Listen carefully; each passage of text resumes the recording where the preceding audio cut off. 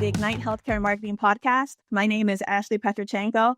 I'm the VP of Brand Marketing here at Cardinal, and I'm stepping in today for Alex Benbrio as host. And I promise to bring as much enthusiasm and energy as he does to these episodes. And I think it's going to be easy today because we have an amazing guest lined up.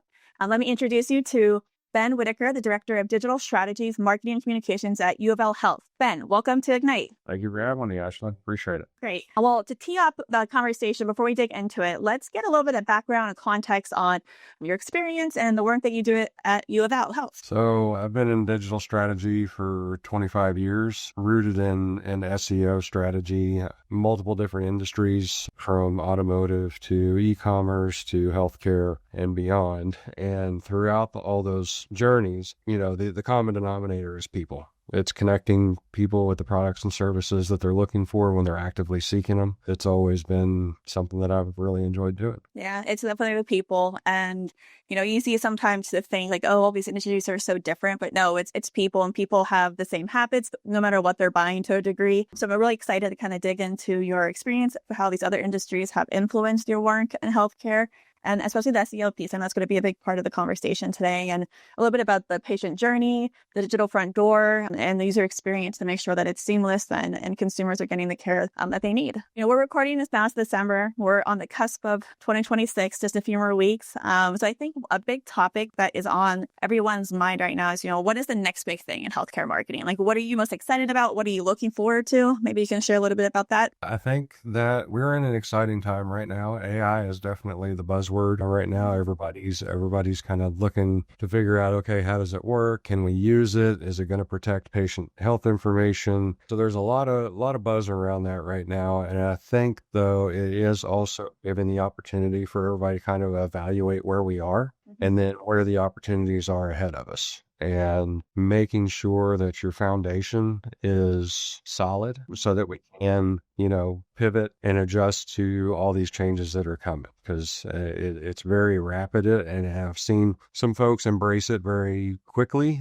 but then kind of pump the brakes and they're like, wait a minute, we need to make sure that we're doing the right thing. So it's certainly been interesting. Yeah, it's definitely been the buzzword for the past year, and the rate at which AI-driven search has grown is very rapid. But I think in some ways we have found it's also overstated. Like, people are still going to search engines, and a lot of the foundations still are the same. I know you've spent a lot of time building that foundation at UofL Health. What are the core things that you're like, this still is important, this is table stakes? And what do marketers need to kind of have in place for not only SEO, but for the new AI landscape? Yeah, I look at SEO kind of like a card catalog in a library. I'm probably dating myself on that, but it is, at the end of the day, it's kind of the simplest way that search works, and making sure that all of the content on our pages are labeled properly, making sure that they are searchable not only on Google search, but site search. We're continuing to improve our site search. Right now, it's easier to go to Google and search for what you're looking for on our website than it is actually on the website. But yeah, I kind of went off the rail there for a second. But with that card catalog approach, that's really what we've been doing, is going through our entire website. We're also monitoring search queries on the website. So the search queries are anonymous, but it at least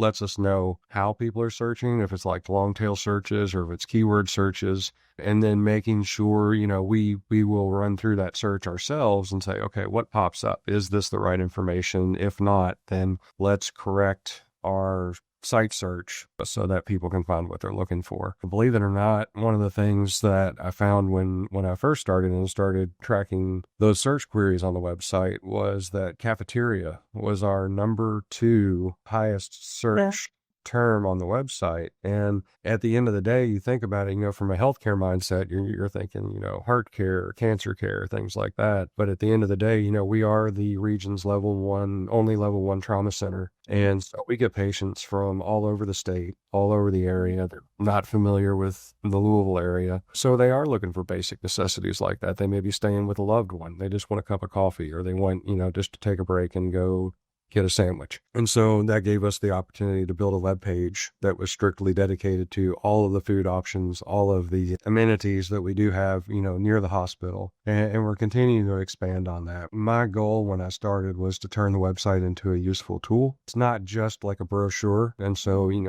integrated a lot of FAQs into the website, and those FAQs are generated based on, the search information that we get. We also talk with the frontline staff. Mm-hmm. We're like, hey, half of your, 40% of your time is tied up, giving people directions or, answering simple repetitive questions that you answer every day on a daily basis. Write those questions down, send them to us. We'll put them in the website. That way users don't have to ask you that information. They can just find it on the website.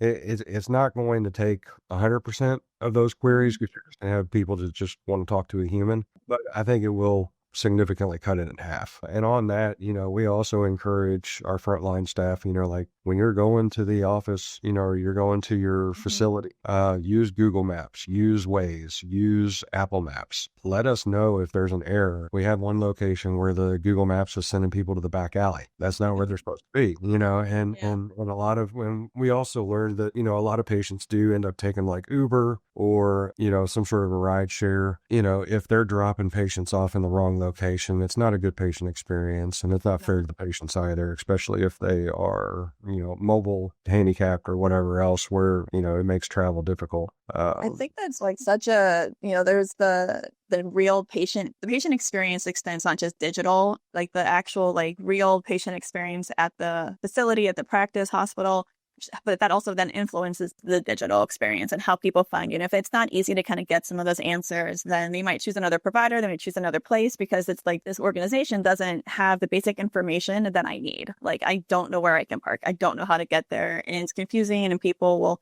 just move on often to the next choice that's like more apparently obvious. Yeah. Yeah. We one of the things that, I know we'll probably get to it, but one of the things that I really think would be a good investment for the system is to have a digital wayfinding solution where, users can put it in, they can click a link from their appointment email, pull up a map.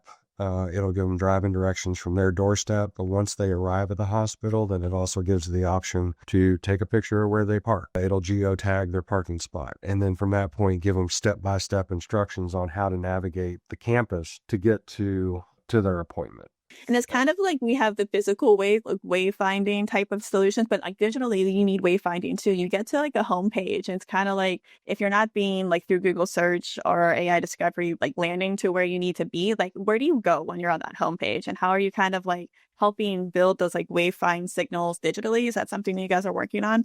It is. It's a lot more complex where we are right now. When I came on, I had inherited a website that had just been redesigned, so I didn't have any input on the actual build out or design of the website. But we are going through service line by service line and looking for opportunities to simplify the patient journey. So, we've got 9 hospitals, and instead of, having a page that has information that is duplicated on 9 different hospital pages, we can actually centralize that. And that way, when we do have an update, we're updating it in one place. And we're just trying to streamline that whole process and make sure that we have the most accurate and up-to-date information on the website. Because when I came on, we might get a query from somebody and be like, hey, this information on this page is outdated. And then through research, finding out that, there's 9 other pages that have this wrong information on here, and we have to go through and update it. So maybe we could talk a little bit about that website project. I think you mentioned that you came in, you inherited this site that wasn't necessarily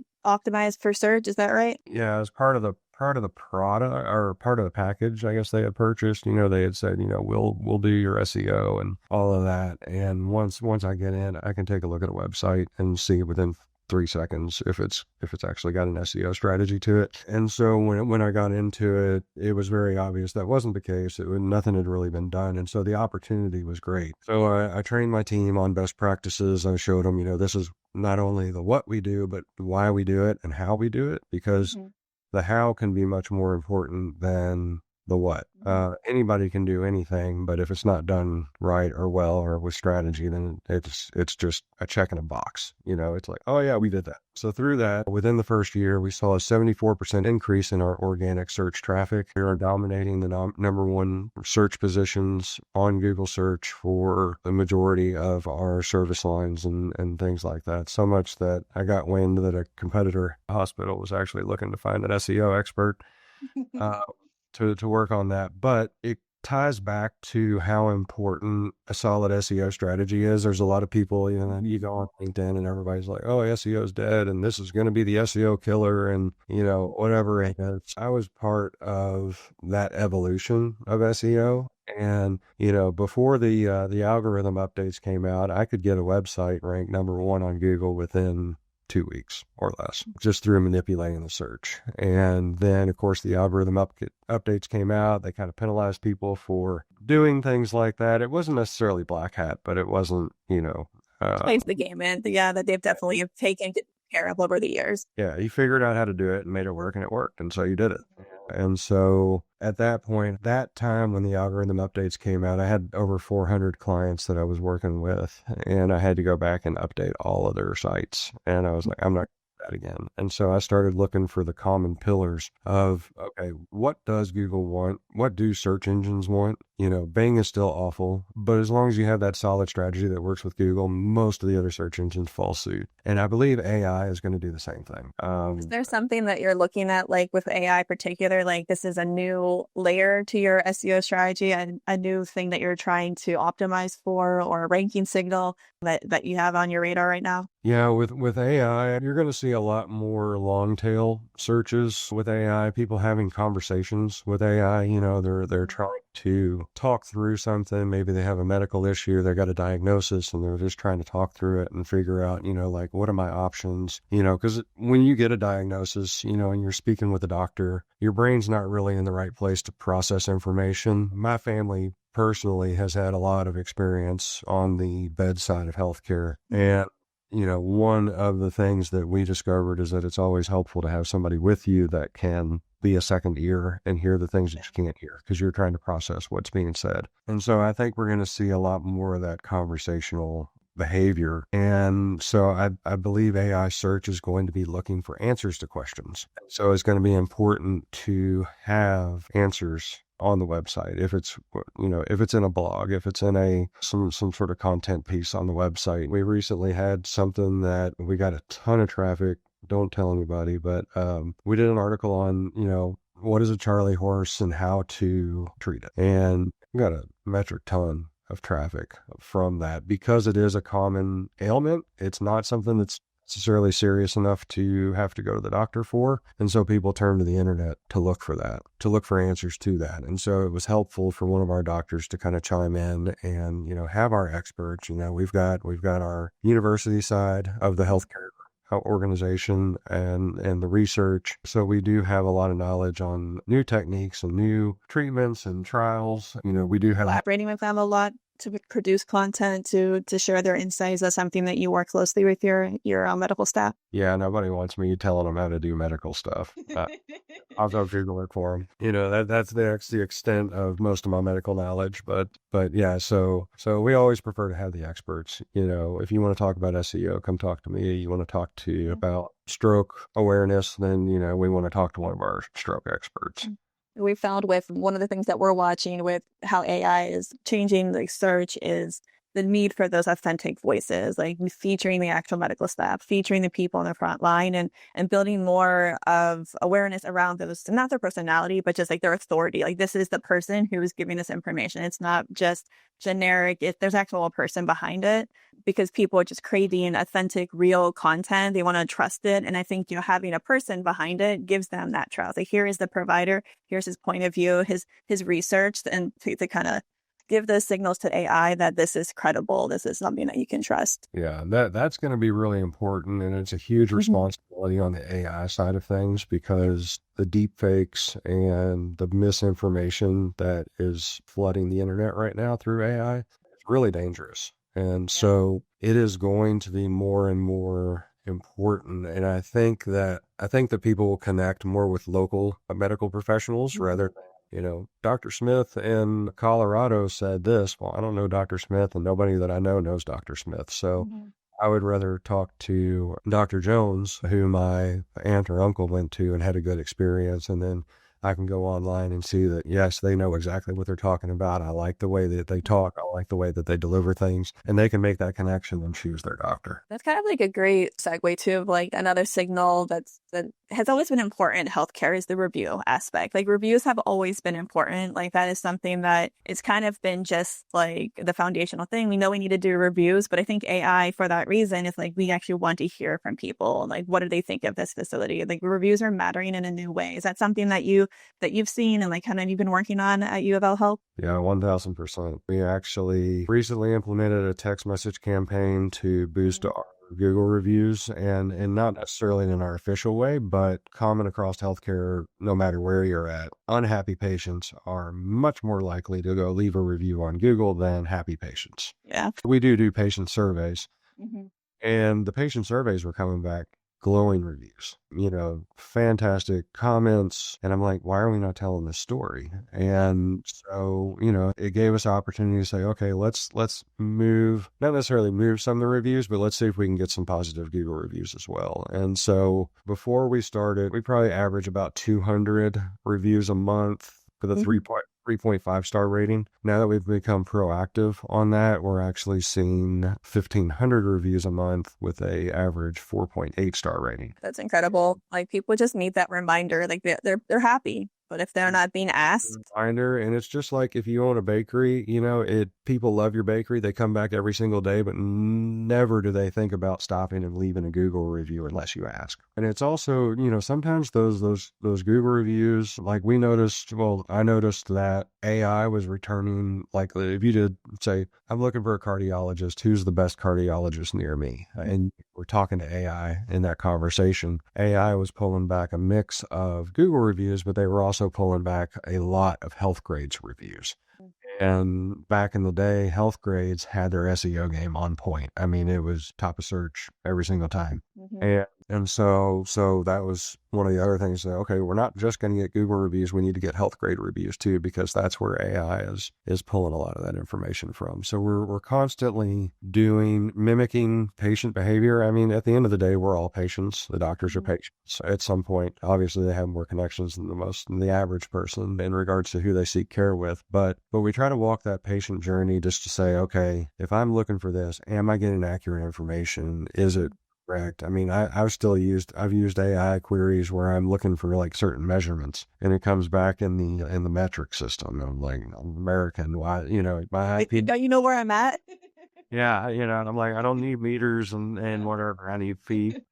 I think this is So, a good like segue kind of thinking about the patient journey. We talked about the website a little bit but just thinking about that digital front door and that friction and like understanding like who the patient is, the consumer is.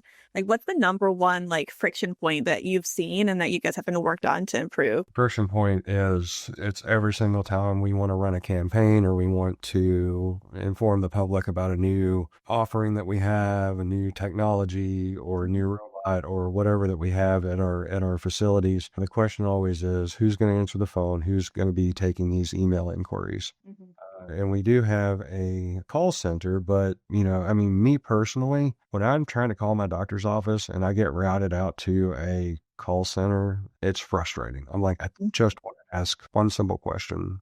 I don't need to run around, or there's a deadline, or there's a prior authorization requirement for a prescription. There's a lot of these things that are extremely common, and I think it's important to identify those commonality and then streamline. Though those are our opportunities where it's like this is repetitive, this needs to be solved. It's a recurring problem, and we need to either implement technology, which maybe AI will come into that and solve the issue. But there's so much opportunity to fix it. At the end of the day, booking an appointment with a doctor should be as easy as reserving a table at your favorite restaurant. 100%. Is this something that like how have you collaborated with like the operations team, the front staff team? Is that something that you work closely with, or is there another counterpart? Like how do you kind of get over those hurdles to get that, front door just as seamless as possible? That's what we're working on right now, and that's going to be a big push for 2026.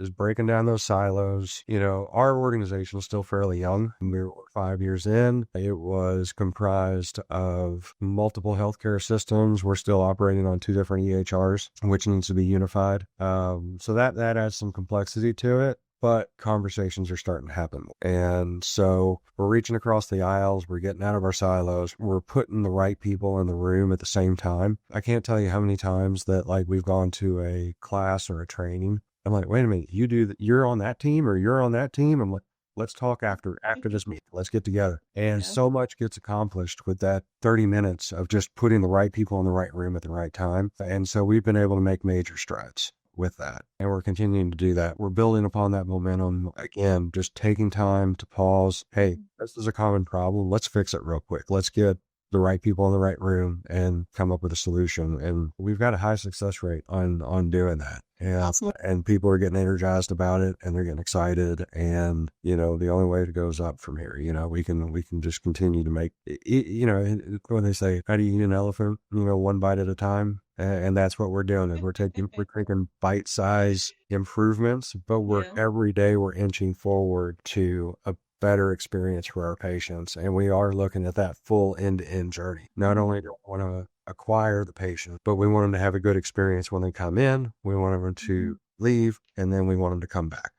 We want them to remember that good experience and say, yeah, I'm going to go back there again. I'm going to recommend my friends go there because I had a great experience. All the marketing in the world, you can make it look as nice as pie, but once they get to the front door and they have a bad experience, they're not going to come back. 100%. That's something we see, marketing can only do so much. We can make, you said, the prettiest website, the great, best ads, the whole digital experience can be wonderful. But as soon as you get to that phone call or they can't get through, it falls apart. And marketing can't fix that. So it takes, we like to call it marketing ops. MOPS is what we kind of coin it. It's not an overnight fix. It's definitely a many year elephant to eat. Like you said.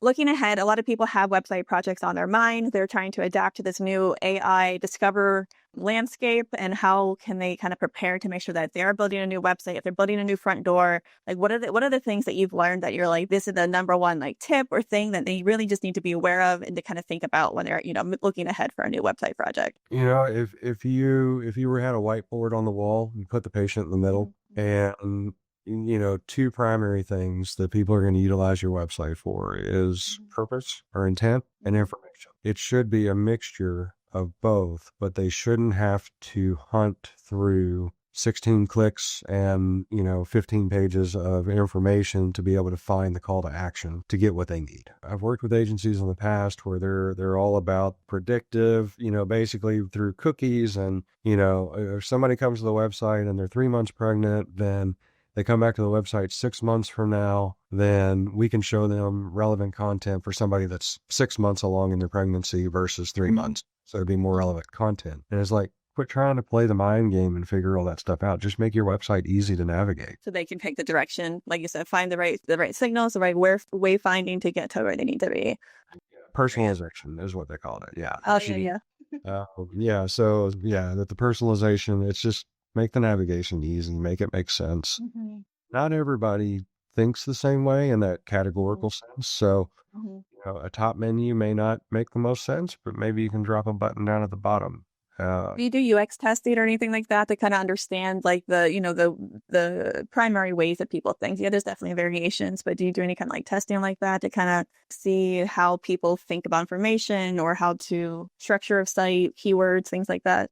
That's something that I'm hoping we're going to implement more after we make our initial changes, and we want to test and track that, as far as getting some folks in, do a panel, have them come in and navigate this website, give us feedback, all education levels, backgrounds, experiences. I know when I'm approaching design and web, I'd keep my mom in mind. She's not tech savvy. Yeah. So I'm if my mom can find it, then we're in good shape. So let's wrap this up and think about one of the questions that, we like to ask people is if you just had a 20% increase in budget, if we just said, start off 2026 with this much, what would you kind of be focused on for 2026 and wrap it up there? And that's your focus. Again, it ties back to that end-to-end patient experience enhancement, focusing on high priority and high impact areas, making it simple to streamline scheduling, mimicking simple online reservations at restaurants.